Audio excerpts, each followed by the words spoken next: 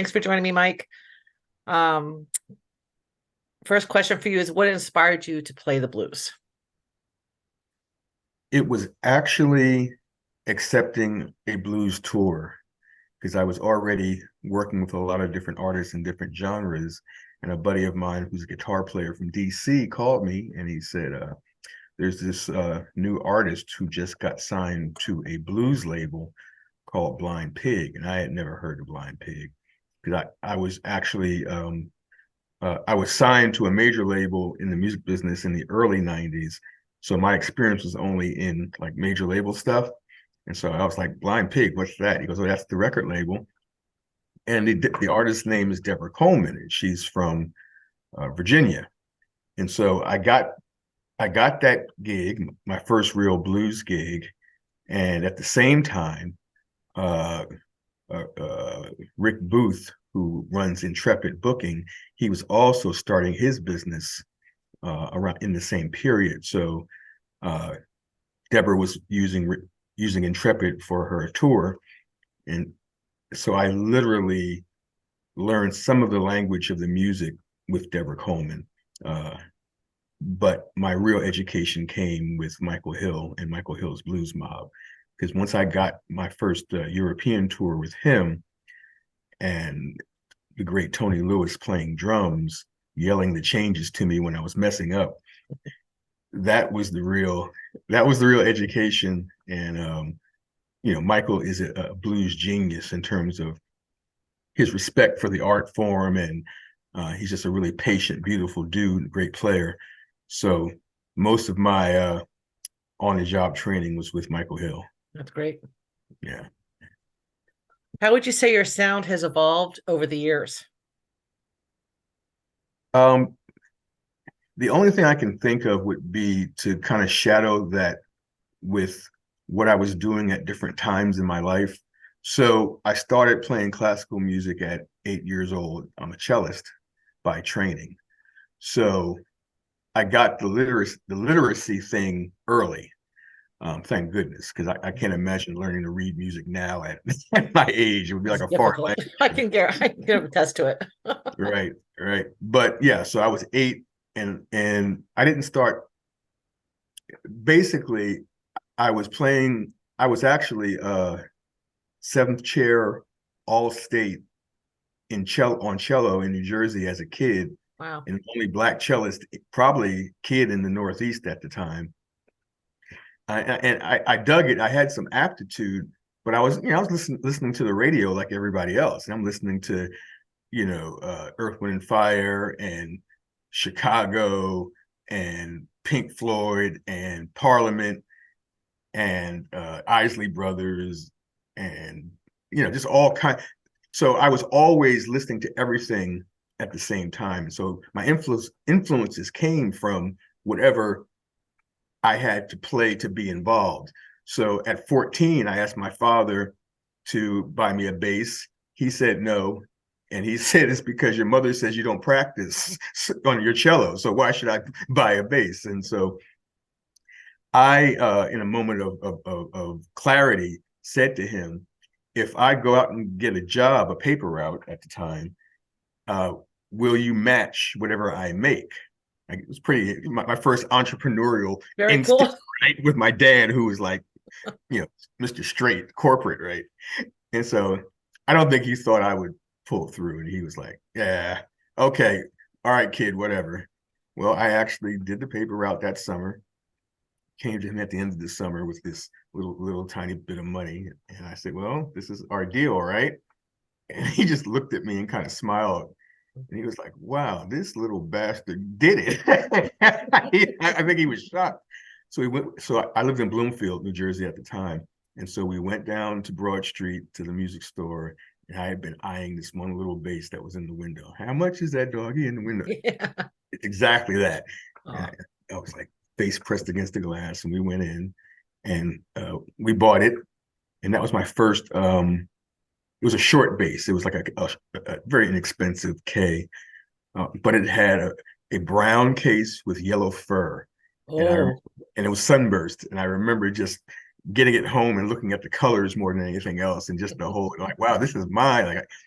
So what I did then is I took my cello aptitude and immediately just started to try to deconstruct a bass.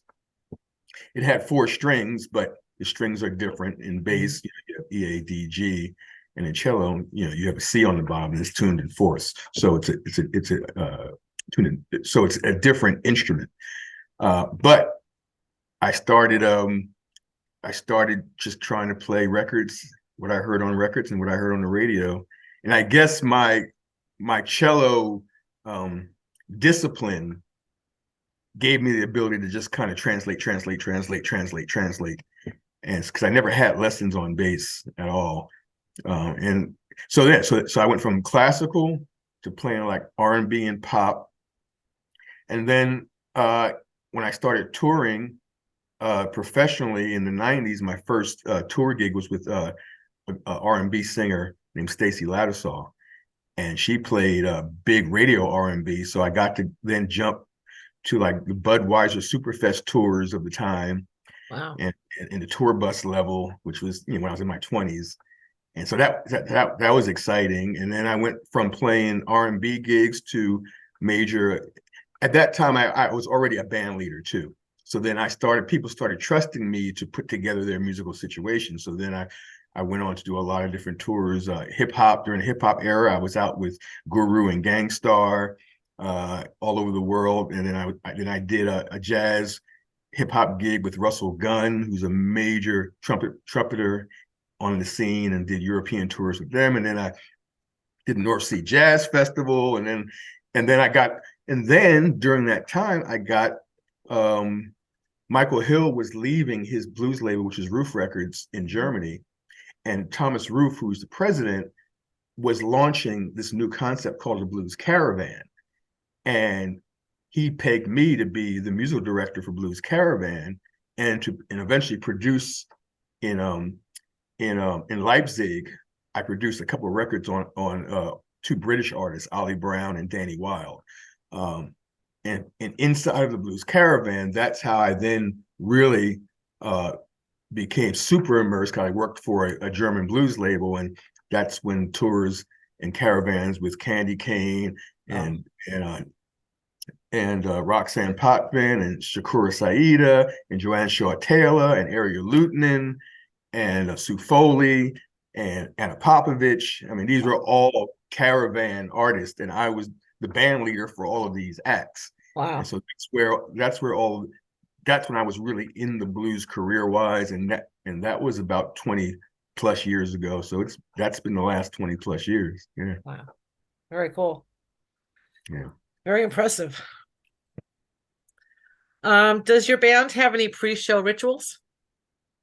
Other than Kelton bitching about something, no. We can always count on that. That's my brother. But yeah, Kelton definitely is like the I mean, it's really ironic because he's the youngest of the 4 of us. Okay.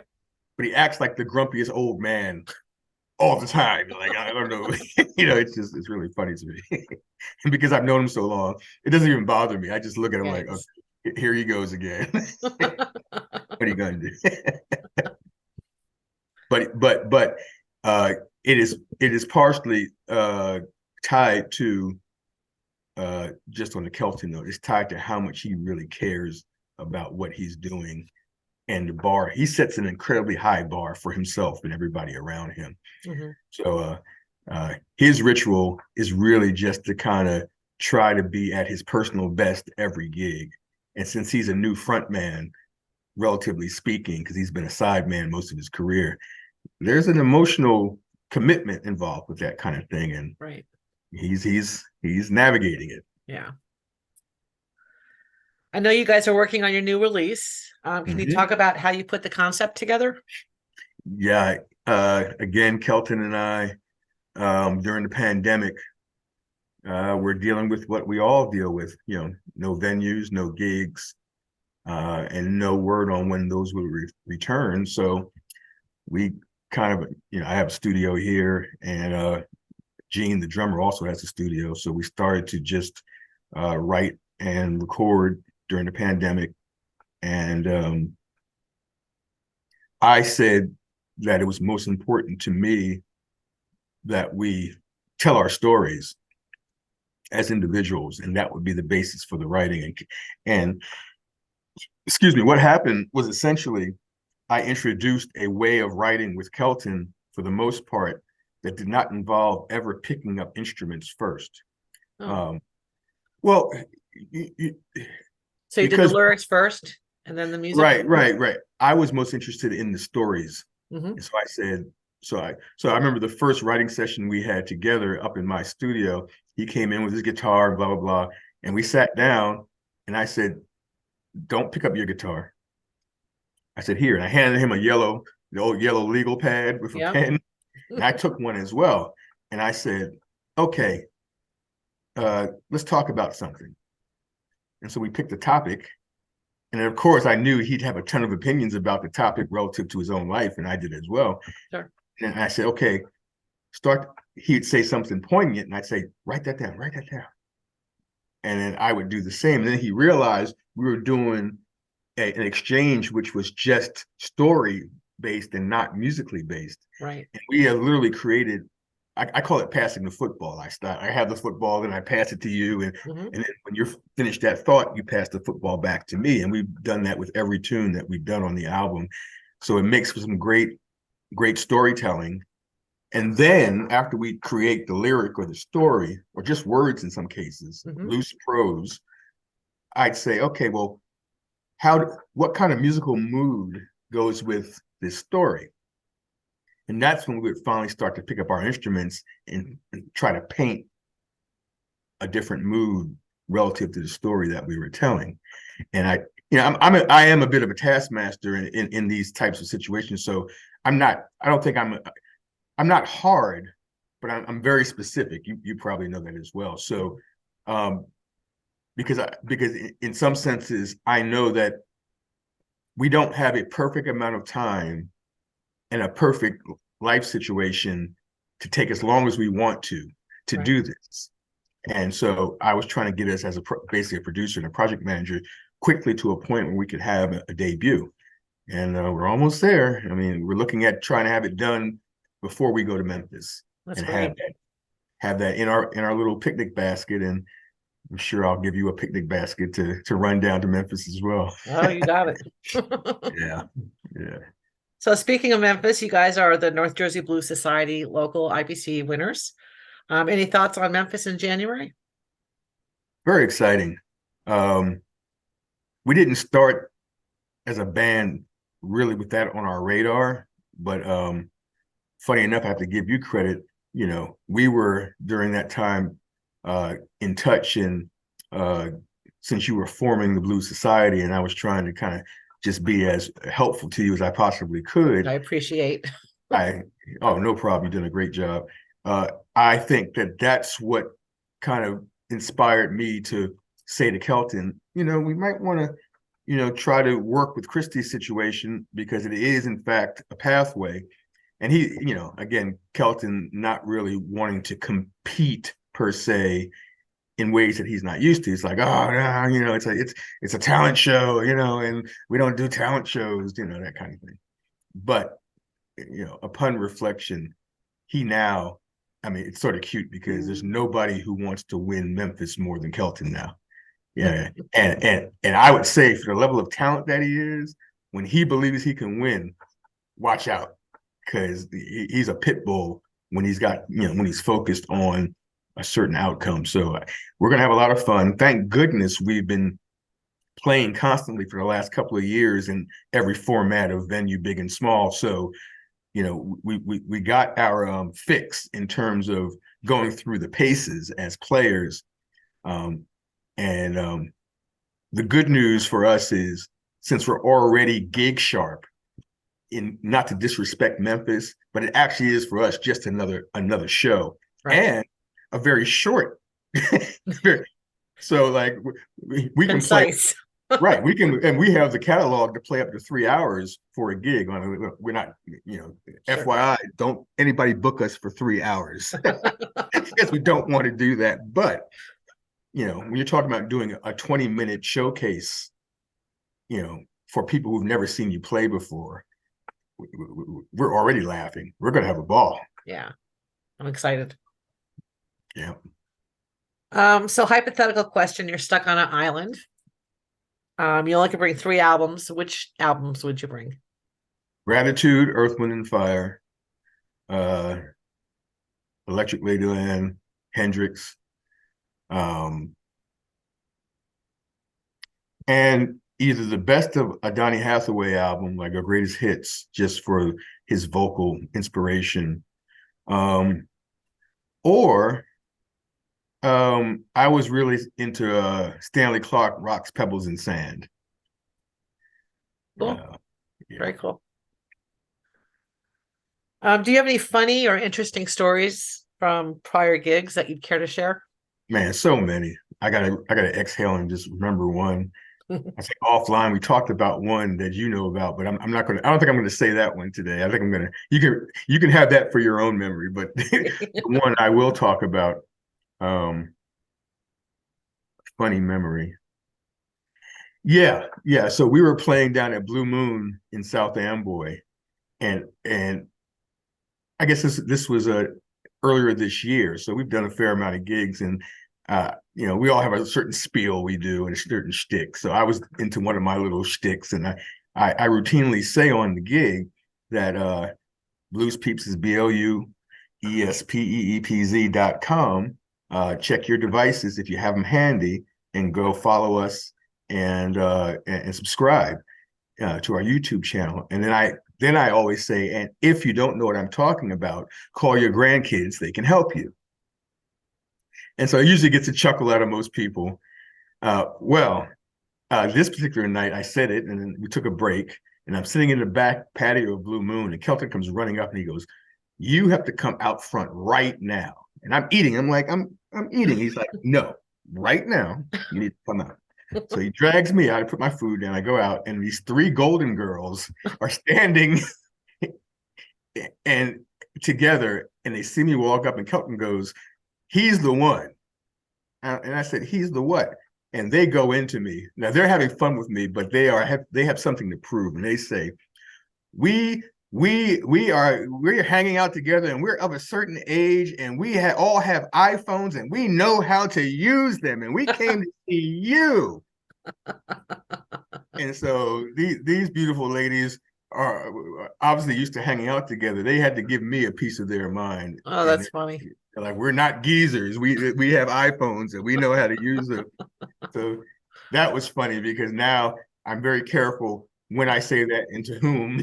I don't want to get jumped, by the AARP crowd, of which I'm probably one of them as well too. So right, I will be in a couple days. Right, exactly.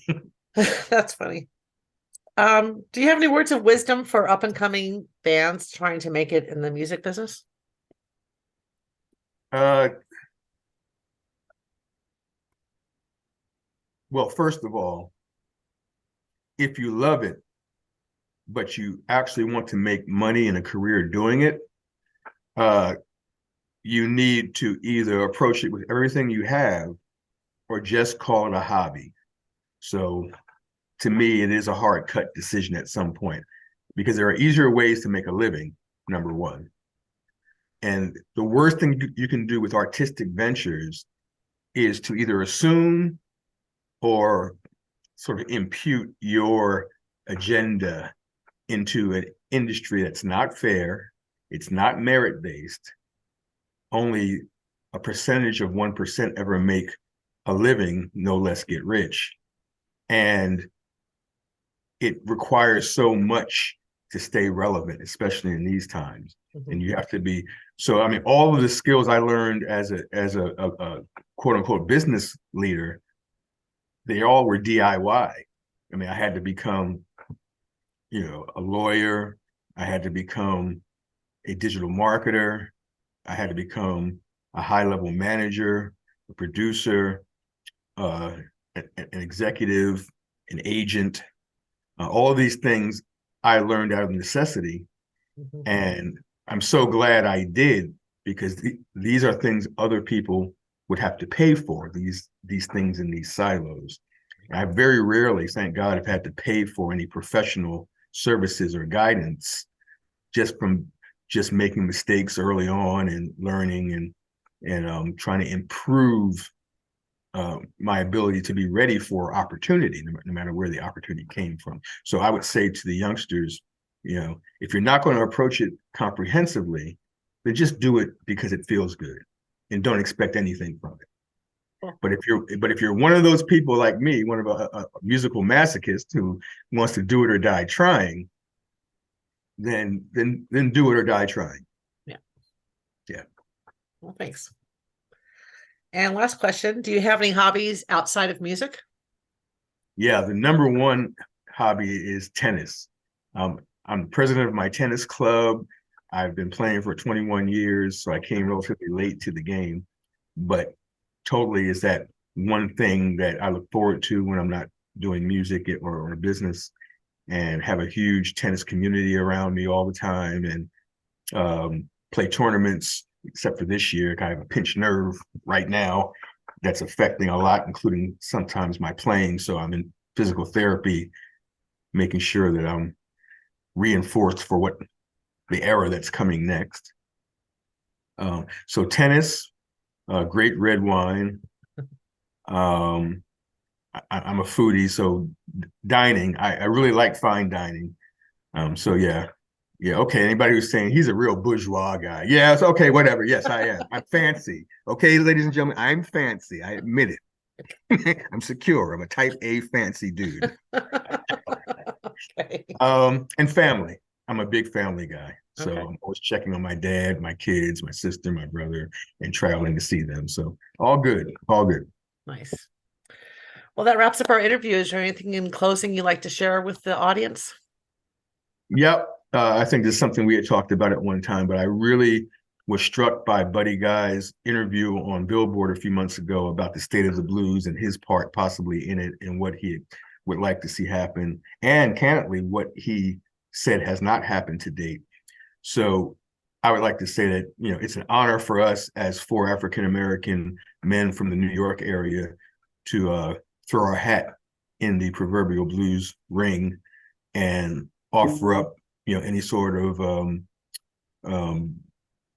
style, genre, approach, differences to this music that we all love. And, there's a profound underrepresentation of African-American artists in this space. And it is sort of ironic because it's an African-American music. But so for our share, we just want to continue to tell our stories inside of the genre. And I think if I guess correctly, and I guess you as well, that the scene really could use some guys like us. And we're going to approach it with, gratefully, and try to do the best music we can, and hopefully everybody will dig it. Yeah. Great. Well, thanks, Mike. I appreciate your time. Always.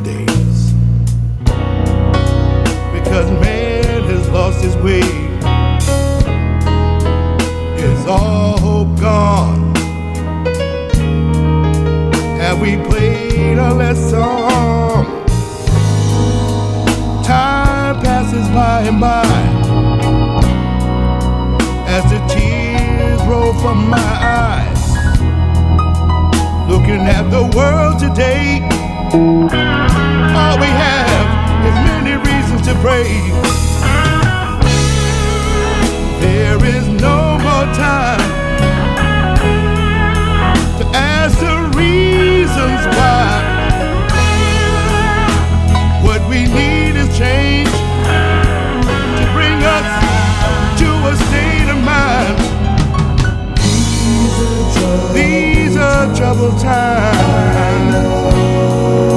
I know, I know, I know.